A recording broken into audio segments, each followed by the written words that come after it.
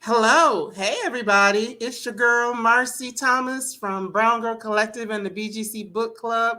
I am so super excited to be with you again. I know it's been a minute since you've seen me at 8 o'clock on a Monday evening, but I am back and super excited about the author that we have coming up this evening. This is going to be a wonderful summer of outstanding Black women writers starting today, even though summer officially starts tomorrow. So we're right on time for getting this going for the summer of 2022. So welcome once again. I'm Marcy, founder of Brown Girl Collective and the BGC Book Club, which is 2 years old. And Brown Girl Collective is actually coming up on 13 next month. So we've been in this game and celebrating Black women and all their accomplishments for quite a while. So tonight's special guest is Vanessa Riley, the author of this outstanding book, Sister Mother Warrior, which we're going to spend some time talking about. But just to give you some insight into who she is, Vanessa is an award-winning author of Island Queen, which you may have already read, which was a Good Morning America Buzz pick. Her historical novels showcase the hidden histories of Black women and women of color, emphasizing strong sisterhoods and dazzling multicultural communities. She is a Southern Irish Trinity girl who holds a doctorate in mechanical engineering and an MS in industrial engineering and engineering management from Stanford University. She also earned a BS and MS in mechanical engineering from Penn State University. Yet, with all of that, her love of history has led her to the publication of over 20 titles. As I already mentioned, today we'll be talking about her forthcoming novel, Sister Mother Warrior, which is set for release on July 22nd and is already receiving buzz from the Library Journal, USA Today, and the Atlanta Journal and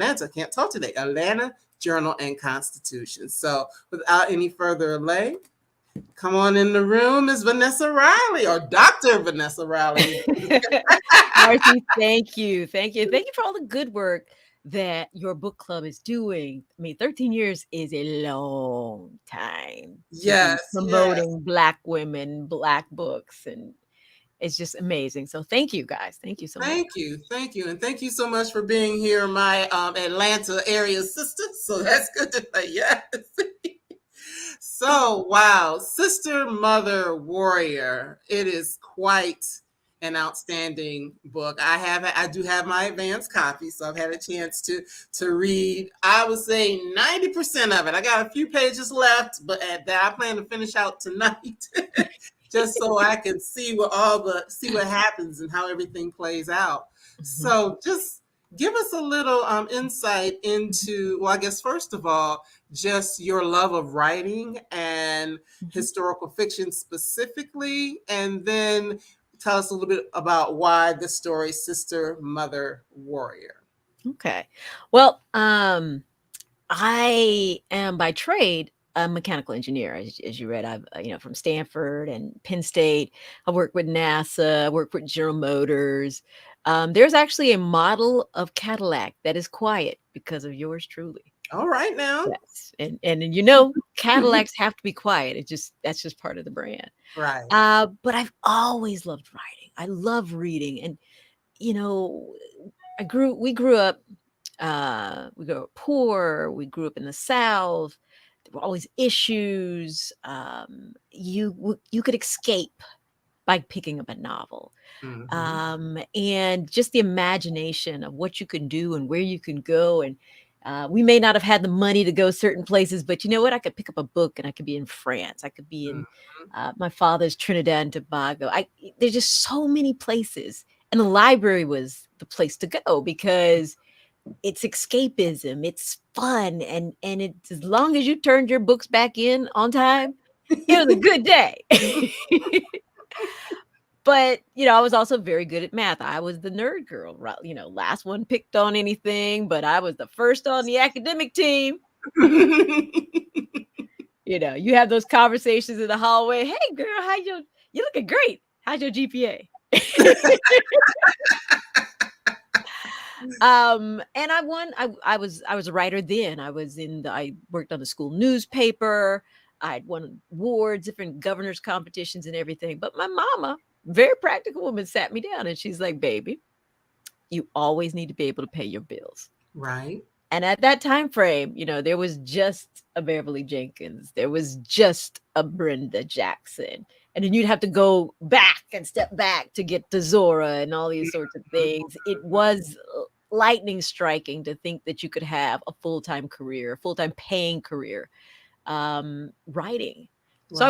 I went the math route, and she was absolutely freaking right. You can pay your bills with mathematics till all your kids, your grandkids, your great great kids go in there in engineering. It's wonderful, and I've had some experiences that I would never ever not want to have, and higher education does that. So I also encourage all young people, all young women, go out there and get these degrees.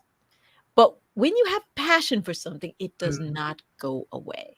And I don't care how many technical reports I can write on die casting and martensitic transformation, it's not the same No. thing. Mm. Where you have to go and start taking out like the action. Okay, if, Vanessa, this is die casting. This is making metal shapes. It's not Right. really that interesting. You could Right. tone it down just a little bit. Mhm. And so like again, I'm very fortunate. I started writing. It was hard getting, making that coming back, because writing's a muscle. If you don't, I'm a firm believer of writing every day. And Okay. if you write every day, your brain says, it's important, I have to do it, and it just keeps going.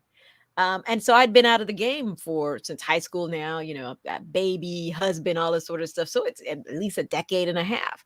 So it takes a moment to get back in there. But reading all the time, reading different genres, reading different books, it will help keep you sharp, because everything changes from I, even the styles of way we tell stories. It's always changing, so you have to keep that forward. And so my first book was a historical romance called Madeleine's Protector, and from that I was able to get an agent, and we're talking about 2014, 2013, mhm. 2014.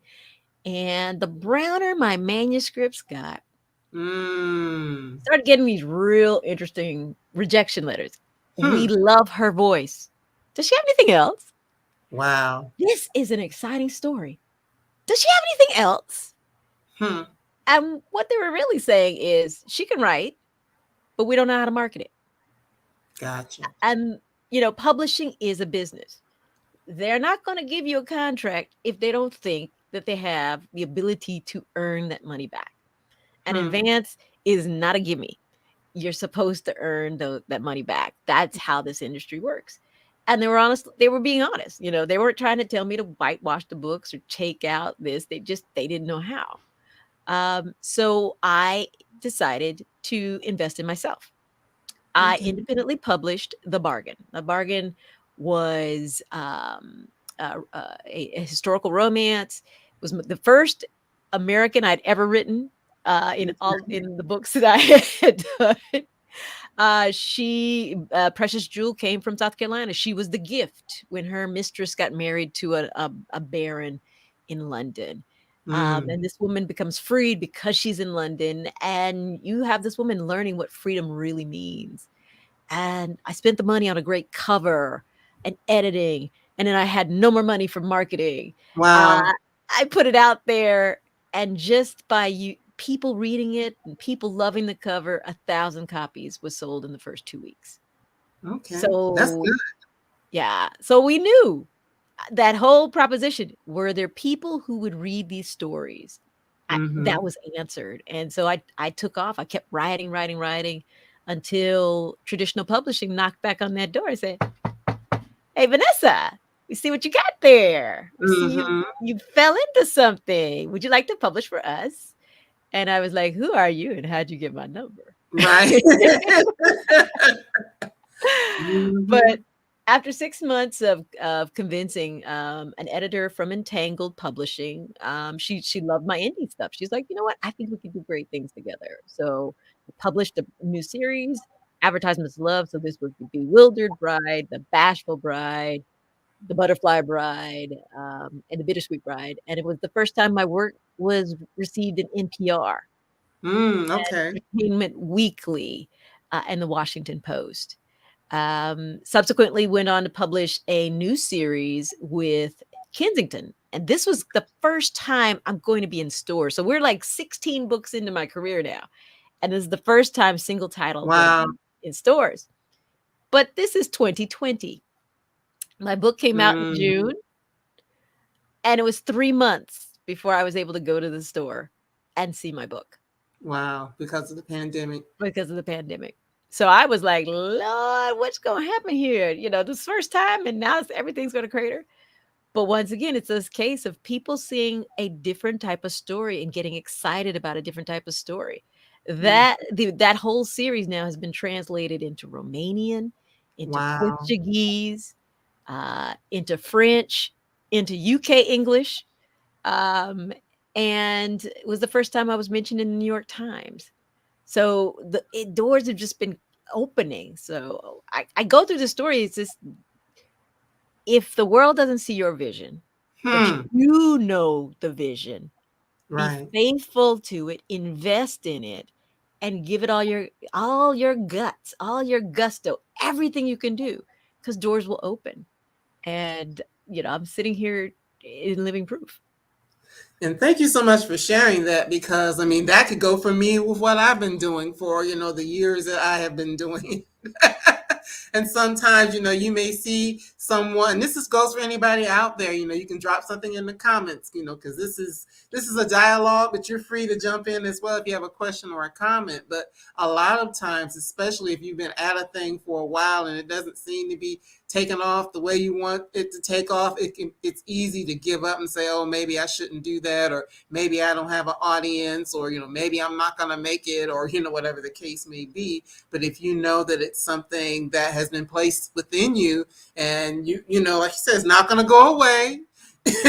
You've got to figure out, a way to get it out and put it out there. And just by being diligent and continuing to put in the work and invest in yourself and all of those things, eventually it'll come to pass. Because one person is popping in my mind is Tabitha Brown is a good example, of someone that, now it's like she's everywhere, when maybe right before the pandemic, a lot of people didn't even know who she was. So, Exactly. so, and she'd been working for quite a long time. So Mhm. that goes to everybody, whether it's writing or music or, art or, whatever it is that you want to do, building your own business. Just keep at it, and, don't lose hope. Mhm. So Island Queen was the one that I guess kind of took you into another Total strap. another stratosphere. So tell us a little bit about that, and then we can get into the one, Sister Mother Warrior. That. So I'm a firm believer of keep growing your skills. And I'm a great researcher because, one of the things is, as even within the historical romances, I'm bringing you history that has never been seen, Right. and it's going to be challenged because it's new, it's different, it doesn't fit the mode of what you think. Everybody loves 1995, Pride and Right. Prejudice, Colin Firth, Jennifer L. There's a scene where he's walking through London. He's looking for Lydia and Wickham because they've absconded, and he's sweating, and little boy is coming out with a tankard of ale for him. And on that street, the particular street he's on, you should have seen at least one person of color. Mm, But you don't see that in that book. right. And so that is the picture of Regency, and it's not the true picture of Regency. It was, especially London, it was a diverse society. So once again, I do Mm-hmm. research because I know I'm going to get challenged. I don't get challenged anymore, but in the beginning I would get challenged because I know my history. We should Right. all know this history, and we don't. So I went to the Historical Novel Society, and I had done this research on this woman named Dorothy Kerwin Thomas. I had found her because everybody's like, okay, Vanessa, we'll grant you that Black people were in London, but they could only be slaves. Oh, they didn't have slavery. Okay. Then they could only be servants. Oh, you found some people who owned their businesses. Well, they could only be that. Oh, you found some millionaires. Okay, but Uh, they couldn't be in the ton. They couldn't be in the peers. Oh, you found some mixed race peers. Okay, well wow. they could never have anything to do with the princes and oh, you found Dorothy who had an affair with Prince William Henry, the future King William IV. Okay, Vanessa, we're not gonna mess with you no more. Right. So there's always these restrictions and these structures because they don't want to either admit the past, or it's so shocking that Black beauty was beheld and sought after. They don't want to see us in these pictures. Right. It breaks the fragile pictures of whatever they hold from this version of history that's not even true. And so I'd done all this research on her. I went to this conference, but even I'm like, nobody wants to publish a book on a Black woman during that time frame. So I'm going to go in. I know what I'm going to do. I'm going to pitch it as Prince William's Caribbean mistress. That's how I'm going to get it, right? Okay. And I'm sitting in front of Rachel Kahn from William Morrow, and she's like, "No, we had enough of him. Tell me about her. Tell me something else." It's like, "Oh crap, she don't want that." Okay, well. Prince he's got two mistresses. He's got the Dorothy, the white Dorothy in London, and then he's got the Black Dorothy in the Caribbean. How about that? The two mistresses. She's like, "No, we heard enough about her. Tell me more about this woman." And I was like, "Whatever. I done blown this pitch totally." So I tell her about this woman that I found that was born enslaved, who saved money and bought her freedom, bought the freedom of her family. She goes across the West Indies building businesses for her family, and every time she can find a family member, she's buying them out of enslavement. She has an affair with Prince William Henry, future King William IV. And if that wasn't enough, when it was the men of Demerara, which is present-day Guyana, are getting upset at women of color, Black women having power, that they begin to tax them for every time there's a slave revolt. So even though her property is getting messed up primarily because of the soldiers, Right. You want to tax the Black women because y'all should have stopped the rebellions. So Dorothy and her friends aren't fools. This is a way to strip generational wealth from people. If men can control taxation, they can begin to undo contracts, and they can undo manumission, which was the way many of these women had gotten free. So Dorothy and her friends, they pay that first year taxes, but Dorothy gets on a boat from Demerara, and she goes to London, and she forces a meeting with Lord Bathurst. And Dorothy, being the phenomenal woman she is, she don't just show up, knock on the door. She rents a carriage that has like 8 horses that covers the entire street. He can't miss it from his office. He thinks the queen has come, and so he's like, "Get that woman in here. I want to speak. I'm supposed to represent the king. Bring the queen in." And this woman is able to talk with him and convince him of the wrongness of the tax. And she gets the governor fired. More things happen. She goes home as champion for women's rights. And I tell that story, and Rachel Kahn buys the story at the table. Wow. I was so shocked. I walked out the room. I called my agent. I was like, "Sarah, I don't know what I did, but I gotta write this thing." I have written a lick of this story, but I just saw." So, needless to say, that Rachel has amazing insight. She was looking at that time frame to tell these stories, and I happen to be the storyteller that she found, and I'm so grateful to be, because once again, I knew the gold of this woman's life, and there's so many women I found in my research, but I had not thought the world was ready to singularly focus on her journey, Right. and just to see the things that she went through. And we are ready because, as we segue into Sister Mother Warrior, as I was reading, I heard things, some of the names of the men I know, Haitian Revolution, things like that. But just to understand that, there were women that were a part of it as well, that were doing great and mighty things, and that are as influencers or actual warriors of it, whatever the case may be. I just think it's powerful for us to be able to hear those stories, because it can, even though it's a historical thing, it teaches us about them, but it also allows us to tap into our own greatness, our own warrior spirit, so to speak. So I love hearing about that. So let's get into Sister Mother Warrior, which actually features 2 historical women. Absolutely. So when Black Panthers came out, everybody was going Wakanda forever, Right. and they learned about the Dori Miage, which was the women warrior guards to the king. And then when I found out that that was based on a true African Mhm. tribe, oh, I had to know more because Right. I hadn't heard these stories. My father is from Trinidad and Tobago, and he would tell me stories of the Caribbean. And he Mhm. would tell me all kind of exciting things, but my father was a storyteller. So you Right. couldn't tell what was true, what wasn't. You just knew daddy's telling the story and it's gonna be good, right? Mhm. But I found this tribe and I found the Minos, which were the women warriors who the king, they were brides of the king, second tier brides of the king. And they were responsible for protecting him and the queens, his wives, first tier wives in the society. These were powerful women. They were very well respected, but they understood warfare. The Europeans were scared of them. Mhm. And they were actually trained to no longer have the feeling of pain and to keep Mhm. going. So these were some very impressive women.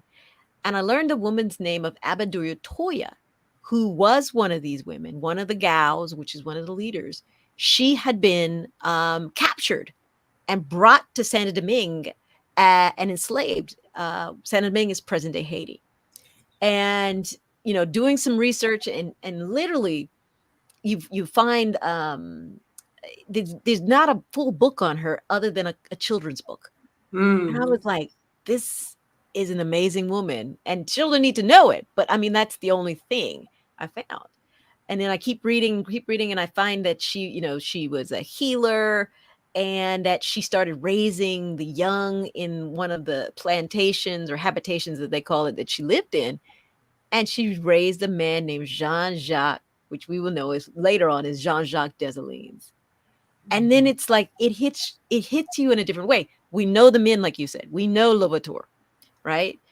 We know Toussaint Louverture. We know Henri Christophe. We know Pétion, and we know Jean-Jacques Dessalines. Jean-Jacques is the man after Toussaint is captured by the French who leads the armies to defeat the French. And Mhm. you think about it, this man was born in enslavement. So he's not going to West Point to learn military skills. He's looked at now as one of the military geniuses of the time. Where does he get this military prowess?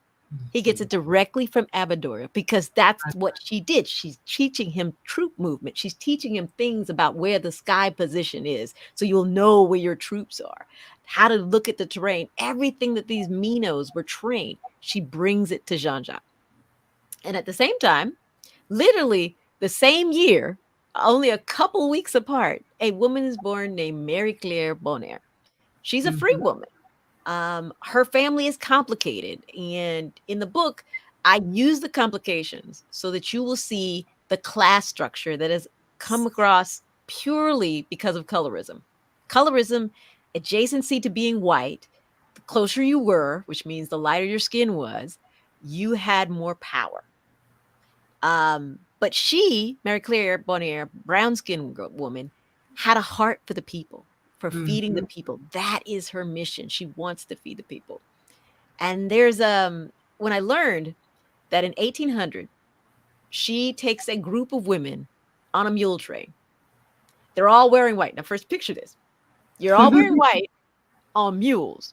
Mules Wow. are not clean animals. No. Okay. This is not a place to wear white if you're going to have, you know, but they're wearing white because they're sending a message, and they have no advance notice. There's no way to call people and say, hey, we're coming to feed the people that are dying of starvation in Jacmel. We're coming to bind up the wounded soldiers. We're just gonna come. So she and her women go on this mule train, and they walk, literally are walking right in the middle of a battlefield. The Mhm. French and the indigenous forces and all these different sides are fighting, fighting, fighting, but they all literally stop for her. Now, first of Mhm. all, that takes some courage because A lot. homie over here ain't gonna do that. I'm gonna tell you right now. Me neither. You know what I'm saying? But they stop fighting, and she doesn't care which side they were on. She is bandaging up wounds. Her women are bandaging up. They are feeding people. I mean, literal starvation. They were eating horses in Jacques. That's how bad. And a horse is your way of surviving because that's your transportation. That's pulling Right. plows, all these sort of things. You're reduced to eating your horse. You don't think you're going to live much more than a couple of weeks. Right. And that's a level of starvation. So she predates Mary Seacole and Florence Nightingale as a nurse, a battlefield nurse. But we don't know about her. And Right. what's also striking is that she's the wife of Jean-Jacques Dessalines. So you have power from Abadoya and Right. peace from Mary Claire on both sides of Jean-Jacques. How does he turn? How does that make things happen? The Haitian Revolution, in my opinion, when you look at all the rebellions that are happening in the West Indies, it's Right. successful because women are a part of it. Mm-hmm. You don't see women participating to this level. Like Abadoya is 60 something, 65. She is Yes. literally on the field commanding troops. Yeah, I love that. I'm You like, all know? right, now she's not, a young spring chicken. But she is out there commanding troops because she understands what's at stake. And she would rather be there on the field than home, sitting by the fire, waiting for news. Did we win or not? She wants to be in the mix. And Mary Claire wants the people fed. Like after all this is done, we have to govern. We've got to get people who have a slave mentality to think outside of those bounds. We've got people that stratification has to go away because we're all one, we're all united. And that war at that moment in time, the whole country was united. Everybody was united in throwing off France. So to me, their stories are so powerful. They mean so much today. It had to be told. I feel very privileged and very thankful that I got to tell it. And I hope I did a good job. You did. Like I said, I do have a few pages, but it is a lot of pages. However, it reads quickly. So like Good. tonight, I will be finishing the pages that I didn't finish because the Thank story is so compelling, and just to see the two different women, and I'm thinking of Mary Claire or Marie Claire. Is it Mary Claire? I say Mary Claire, but I'm Southern, so I might be messing the heck out of it. But with her, just looking at like you say, all of the things within her family, just the whole fact that, and we see it even here that sometimes because this person looks a certain way, sometimes family members will prefer someone who may have lighter skin or what's considered, good hair or whatever the case may be. I mean, just seeing that within the family, seeing how the women within her family are like they're working together, but then they're not at the same time, So that's just interesting to see, and we know that happens a lot of times. The whole thing of do you pursue the love that you truly want, or do you pursue the situationship? I'm gonna call it. I love it. I love it. I love it. That's gonna help, make life easier for you. So I mean, it's just so many different things like that within the book. Yeah, I do a lot of research, and so things will just as well as you when you're writing, things will hit you, and you're like, how can I weave this into the story so that you really get the effect? One of the things which totally shocked me, was that Saint Domingue was a cultural center. So you have the arts and opera, and people are writing plays. I mean, it's one of the big spots that you would go to watch play. I ain't never heard that in my life. And I was like, I got to somehow weave this into the story, because that's the thing. There's so much of the history that's gone. If I can just take a snippet and bring it to you so that we can appreciate the richness of this culture, that's my goal. And Sister Mother Warrior was a labor of love, and bringing these women to you and bringing them in boldness, right? Because they're not trying to be wallflowers. Boldly, they got things to do. I wanted to come across. Right, and they're very empowered and liberated women in ways that you wouldn't think that women would be at that time. Women of any race, but especially not women of color. Mhm. Because Exactly. there are things going on, and they would challenge the men in their midst to say, Mhm. "Hey, this isn't right," or "No, I'm not going to do that," or whatever the case may be. Absolutely. I mean, Mhm. the people only focus on like the last 10 years of the war. They start around 1791. That war was going on a lot longer. And it's Mhm. because women were primarily, we was, not we, but we was out Right. there poisoning folks because we'd had enough on these plantations. We'd Mhm. taken too much guff. And so there were these waves of poisonings.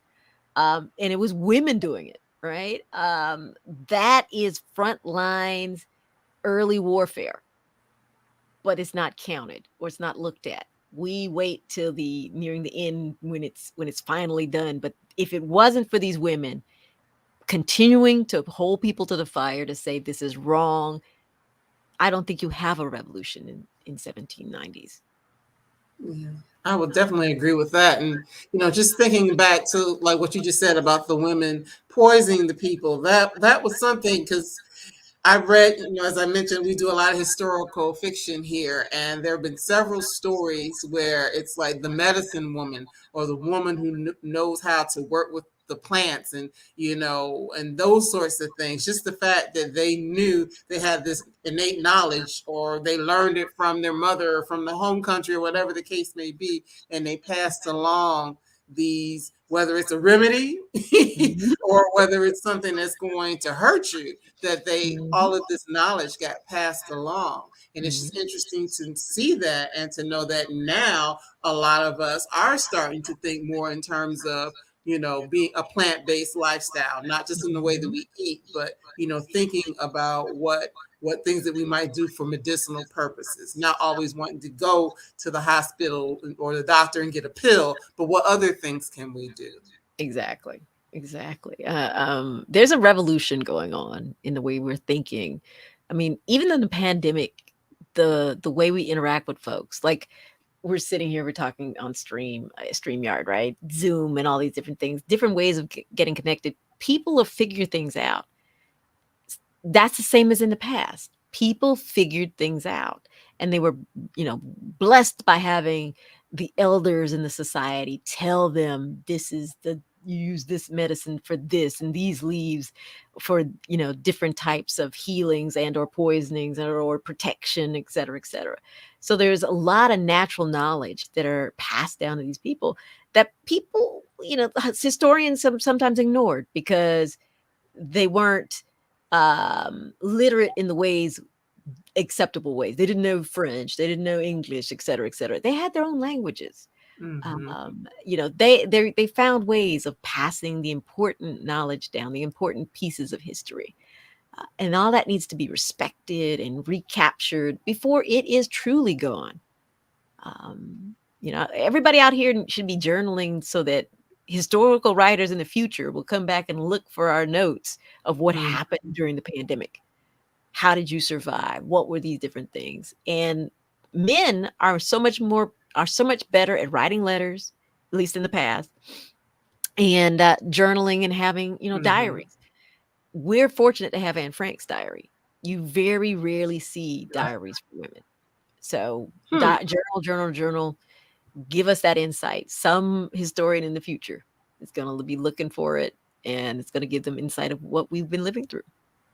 And that's so interesting because, in a modern context, you don't think of men being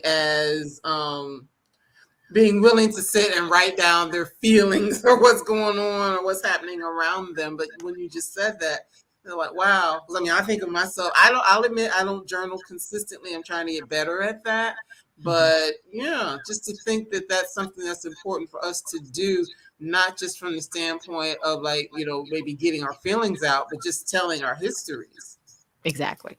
Exactly. There are times I like we used to sit around, closer to Thanksgiving, people would be over at the house and they would be telling these crazy stories of what happened. And it's like, I wish I knew then. Mhm. I'd have Mhm. written down some more stuff because that history is getting lost. Um, and we dishonor our our legacies. We when we leave that on the table, that's richness. That's life that needs to be captured. Thinking that and our recipes and all of those sorts of things. Hmm. Because that was one of the things I know, and you mentioned it in the book about Mary Claire, the soup that they eat in Haiti on New Yes, Year's, soup du jour. Yep, soup yep. du jour, and that she Du jour mot. She made du jour mot. right, Yeah. and that she was, one of the things that she was feeding people. Oftentimes, she was giving them soup, and so she played a role in that. So Mhm. it's just interesting to have that and have that, move along throughout history. One of the things also that I enjoyed about the book is that it talked a lot, of course, about class and the difference in the races and things like that. But then also just the love relationship. I'm saying love relationship between Jean-Jacques and Mary Claire because it was a long, extended relationship. Yes, yeah, and it's. I wonder who they would have been without the war. Right? Mm, I think they would have been a very different. I think the love would still be the same. May have been a little bit purer. right, right. But war definitely changes people, Mm, and they make different decisions. And then once again, being away from each other for so many different periods of time, not knowing if the other lived. mhm. Sometimes they move on, sometimes they form some really bad habits. Right. Uh, but to me, I always, when I read different accounts of him, of her, of the times, uh, e- present day has done a disservice to Jean-Jacques Dessalines. Mm, Um, Historians with agendas want to take away from the greatness of what this man did, of defeating France. France is a world power. right. That did not happen, wasn't supposed to happen, and they did it. And he did kill a lot of people afterwards. You look at there were reprisals. There's always reprisals in war, but you can't look at the 3,500 on his side and you miss the 10,000 on Right. the other side. Right. Particularly the drowning of people in the sea. They had a mandate from Napoleon. They wanted to kill everybody over 12 because they said these folks will never accept enslavement again. We need to Mm, just start all over and get rid of them. And there was that fool Rochambeau. He took it to heart and did some really crazy things. So there's reprisals in war. But I bring that up is because people with agendas not showing why things happen look at one thing in thing and they want to paint him as a crazy person, as a madman. And I found this guy through history talking about how much he loved to dance. Yeah. I found, I found a more generous version of this person. And then Mary Claire was no dummy, right? Right. She wasn't desperate. She was a woman that had such grace about her. She wouldn't just marry somebody just Mhm. to me, it had to be a longer term love affair. And so you get to see that as these two people who were born in the same year grow together, grow with each other, then having to grow as different people apart and how that changes their relationship. So I think it's one of the great love stories, It is. and we as we don't have we haven't written them in from a historical perspective of these great love stories. And so I wanted to bring that to you guys because I think it was a very special relationship. Right. Um, And, even with all of the ups and downs and back and forth, I mean, but it just speaks to the reality, we think of even here in the United States, one of the main things was to separate families and keep people apart. And whenever there was an opportunity for them to run or to, go to a new place. Oftentimes it was trying to reconnect and Mhm. rebuild the family, even though, nowadays, modern times will have you think that we don't care about family, but that's not, Mhm. true. That Mm-mm. people sought those things out, but there were systems and things that were put in place that would make it more difficult for those families to reconnect. Exactly.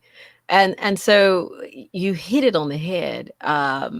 People need to see what it was really like and take away our 21st century ideas of things.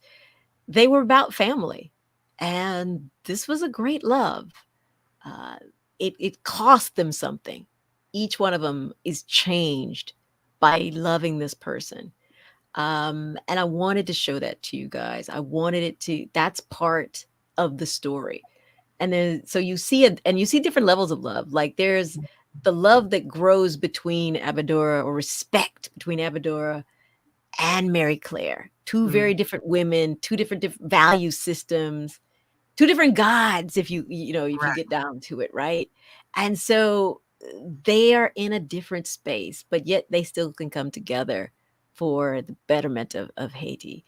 And then you have the sisters, and the aunts, and that whole side of her family, of them eventually coming together, or even learning lessons of when it's too late, of Mhm, holding on to grudges and things like this. So you get these different dynamics, um, because I wanted to show bits and pieces of this society that I'd recaptured through my research, but weave it in a story that's going to make you flip that page, make you turn that page. I have to know what's happening. mhm.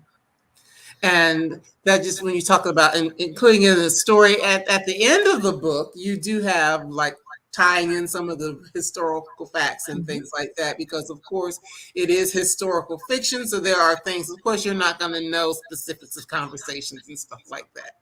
Things Yes. like that aren't recorded, but just so that we can see, okay, this is how things work in a linear fashion, to show this story. Mhm. And you mentioned research. How much research or how long did it take you to get through the research portion before you could really dive into writing the story? This was about 6 months worth of research, but we're already starting. But I'm already, see, I've got 6 years, or actually at this point, 10 years worth of research from 1750 to 1830. Gotcha. And I have this master timeline where I have all the events of the world that I've found or whatnot, and then I put these people on top of it, and I see what things could possibly affect them. Um, there are the world was smaller and more connected, and you would learn, maybe not in this at the same time, but you'd learn within a few months or even a few weeks what was happening other places. So you Mhm. knew the Revolutionary War in France, you knew about the revolution in the Americas, and to even see how people in Haiti went and fought for the American freedom, and yet these things are not reciprocated. Right. I do a lot of research. I go from the viewpoint of, I'm going to drop you back in to their Mhm. world. So you're going to Mm. know what they if all possible, what they ate, what they wore, the politics, the religion, all of these different things going on from a local level as well as a global level, because the Mhm. world was smaller. You knew what was happening in France. You knew what was happening in America. You knew what was happening in all the different other colonies in the same ocean. You knew this. It affected your daily lives. Mhm. And so I bring that perspective. But I also give you a bibliography so that you can see where I got my research from, and then I give you an author's note so that you'll know where I took different pieces and put them together. If I've invented people, I let you know who these invented people are. Or if I gave characterizations to people, I let that, how did it, like, I think in that one I told you how I came up with Jean-Jacques' personality, and how I Mhm. knew these people. Because you're right, there are, unfortunately, there's no diaries from these folks. There's no recorded. This is before cameras. We're still struggling to find actual paintings of what some of these women look like. We have a Mhm. lot of 20th century, 21st century's representation of what we think they should look like. Right. But we don't have actuals of many of these people. But I'm going to lead you through my process so you'll know where my head's at. But I always start with the facts. Where are Mm. these people in the world? What are their positions in society? Economic status, the gambit. And I'm going to weave a story that's going to make you keep turning the page, and you're going to learn something by the end of that book. Oh yes, that's what I tell you. That's why I'm like, okay, I am tonight. As soon as we get done, finishing it out, because it's I'm like, okay, what's happening? What things? How does it end? And things like that. One of the things that you mentioned, bring in the world history, like you brought in Washington and Hamilton. I'm like, oh yeah, I went to see Hamilton. Sorry. But Hamilton, and you talk about of course Jefferson, yes. Yup. Yeah, Yup. yeah. Yeah, So all of that is mentioned in there as well. So I'm like, it's definitely a global perspective, even though it's taking place in this one space. But I mean, I guess it's just like it is now when things happen. Yes, there are things that are happening locally, but can be global impact with many of the things that are happening in local areas. So and when I found out that Hamilton had, through the back channels, written Toussaint's first constitution, I was like, oh, bet it's on. So that's to me, that's how small the world is, and how everybody's trying to get their fingers into Haiti. Haiti at the time is the most valuable colony because of sugar and indigo and cotton and coffee. Those four things are ruling the world. And so everybody's even trying to possess Haiti. So that's the war gets complicated. The sides, the allegiances keep changing. But these people come together and do something that no one expected. And Haiti needs to be more of our part of our school. We need to do it. And as a Black person, as a woman of West Indian descent, this is a hero story. They did the impossible. No one thought they could do this, and they did it anyway, and they did it well, and they won at that point in time. Right, because as you're talking, and I'm thinking, I know some people of Haitian descent, and in more recent times, we've heard of some of the things that have happened, like with natural disasters and stuff like that, and the ways in which the people of Haiti were challenged. But yet, they still have a level of strength and intestinal fortitude that they carried with them for a long, long time. That helped them to continue to move forward and do their best to not just survive, but thrive. So. Exactly. So, yeah, it's the world's, we look at the natural disasters, and Haiti has had, those earthquakes happen almost on every 50-year basis. They happen and they take out structures. But unlike other countries that defeated world powers, they weren't forced to pay the people they defeated. And so in a number of years, in 1825, they end up agreeing to pay 150 million francs to their former enslavers. And this money taxed the people. So there was no investment. People want to look at Santo Domingo next door and say, that's thriving. Well, if you have $150 million and you're able to buy infrastructure, put in hospitals and schooling, etc., you're going to look a lot different. And it's a tragic things that happened after all the strong men were gone. And so, I personally think women in Haiti needs to get, they're the ones who liberated them. If you think, come right down to it, it was because of the strength of the women. And perhaps they need strong women now to lead. I would agree. So even here in the United States, a lot of what's going on, or whenever there is a great need for people to step up and seeking freedom or justice or whatever the case may be in the Black community, many times it is the women. Not to say that the men aren't there, but the women are the ones that are, like digging in and, oftentimes behind it. I mean, of course, we saw that with Dr. King, but even, like with Black Lives Matter and, other in more recent years, it was women that were sparking these conversations and starting these organizations. We won't get into some of the other stuff about that, but at least at least getting it started and putting the bug in people's ear and making people kind of take a look at what's going on. So we definitely have it within us, because I think it's we look at it, I guess, as the mothers, and I don't have any children, but I am a mother in my own way, that we look at we want to protect ourselves, but then we are thinking about the future and the ones coming behind us. So oftentimes, in a way that maybe the men aren't thinking about that, but we're trying to protect ourselves as well as looking at future generations. So yeah, we will stand up and say, no, this isn't right, or this is what we need to do, or this is how we need to act or react in these situations. Yep. A lot of times we get hit first. Mm-hmm. So we get hit first, and we're on the front lines, Mm-hmm. and we have to push through. Now, men have it tough too. Absolutely. But when I look at the politics of the situation, maybe it's time to try a woman president down there. See what she can do. Mm-hmm. That's just me. That's just backseat quarterbacking from Atlanta, Georgia.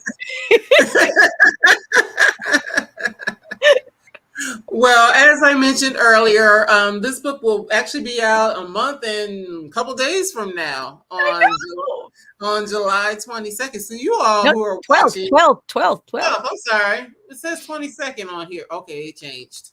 Oh yes, it's 12. It's 12. Yeah, it's the 12. So that's even better.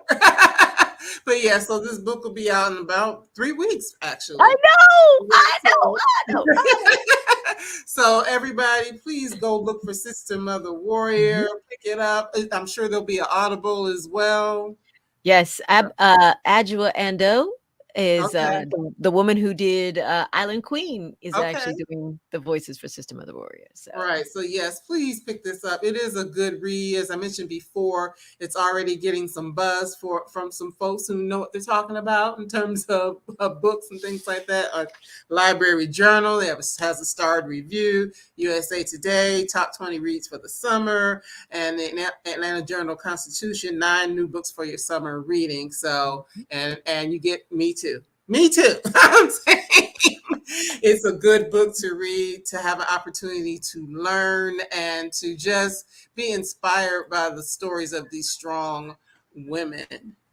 Oh, someone saying, I will read this book. I don't know who that is, but thank you. thank you very much. Thank you very Yes, much. please, and especially because there are a lot of people of Haitian descent that live here. If you are one, or people who are, please, share it with them, because it may be some history that they don't even know, even though that's, their home, they may not know. So I definitely would encourage you to do that. Now, Vanessa, when we first came on earlier, you told me you just finished another book today. Yes. Yeah, so hopefully we'll know the publication, but it should be another summer book for 2023, whatever next year, right? 2023. Right. And this one is the Black Regency Queen.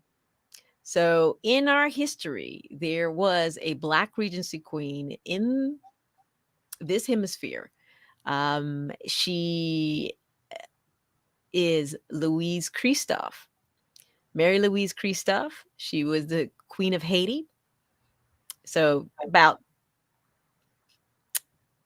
5 years after this book is when the kingdom starts. And it literally, the Regency goes from 1811 to 1820. Their kingdom goes from 1811 to 1820.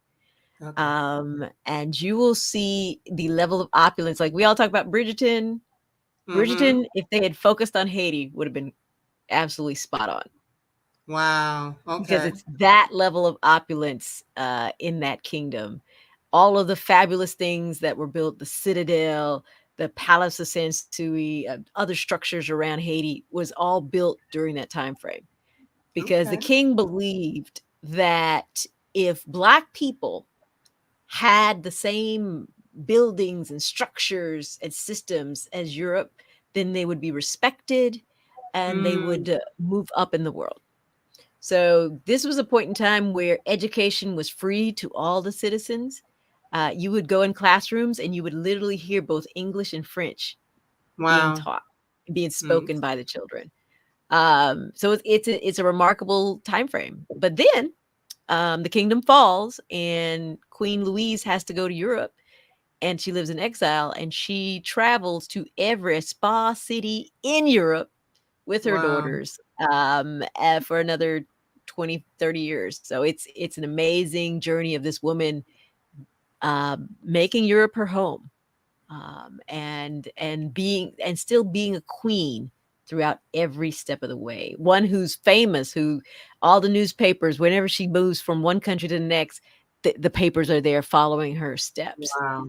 and managing to maintain the dignity and be models of what King Christoph was trying to do. So it'll Wow. be good. I'm definitely looking forward to that. And so we know you'll be back Mhm. next year again, if not before. Not before. I know you always have some wonderful things going on. So once again, I thank you Absolutely. so much for joining me, Vanessa. And y'all go get it. Go get it. 712. It'll be 712. available, but it's available for pre-order now in all of Mhm. the spaces where you would generally purchase books. Or, if you have a local bookstore, you may reach out to them and ask them to order it for you, because Oh, that's please important. do. We love our indies. We love our indie Yes. bookstores. Yes, because I know some people, shop the bigger places. Some people stay away from them. So just whatever your preference, please go Mhm. out and grab a copy of this book. So I'm gonna let Vanessa go. Well, you hold on for a second, but I'm gonna announce like the next couple of weeks' books, and then we will see you soon. So just you hold on for me for a second. I'm gonna make a couple quick announcements. Mhm. So. Thank you so much again for joining Well, us, thank and you. we'll Thank you guys for having me. This was great. yes, thank you. So, everybody, next week I will be back with another new book. It's on rotation by Shirlene Obu Obi. So come back next week for that. Same time, same place at 8 o'clock next week. And then, of course, the week after that is the holiday. So I will not be here on the 4th of July, even though that's not our Freedom Day. Some people still celebrate it. So I won't be here that day. But I will be back on the 11th with Good Morning Love by Ashley M. Coleman. So, of course, these things will be posted up on social media, and so be on the lookout for those posts. And we look forward to seeing you again real soon. Thanks again, as always, for joining us for the BGC Book Club. And you have a good evening, good afternoon, or good morning, depending on what time you're watching. Take care, and we'll see you again soon. Bye bye.